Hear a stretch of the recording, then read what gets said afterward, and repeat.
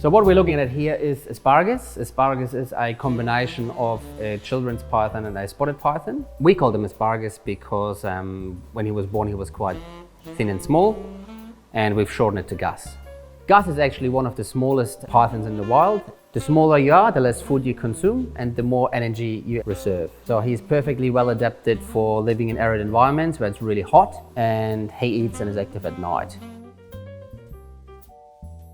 They're not cold and slimy like most people believe. Snakes take the surrounding temperatures and adopt their body temperature according to that. The coloration of their skin is according to where they live in their environment, so rocky color or sandy color, but they're always shiny, very shiny because they're so smooth. So what we're looking at here is a olive python. We call her Olive. That's very original. Olive pythons feed on rock wallabies and birds, sometimes small crocodiles in the wild. And she's about 3 meters long, which is an average size for an adult female. She's got a very strong grip. The larger pythons actually could hurt you significantly when they bite. No, don't go in there.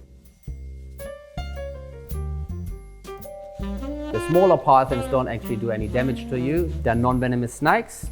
He's fully grown, that's his full size. And if he bites you, you feel a really strong pinch. It's really just saying, don't come any closer. When we first got Gus, he was really shy and a bit nervous, but over time, he became really friendly. I think Gus is cute because of its size, yeah. He's a compact version of a snake, and he's friendly around kids. However, if you would come across Gus in the wild, be mindful not to pick him up, look but don't touch.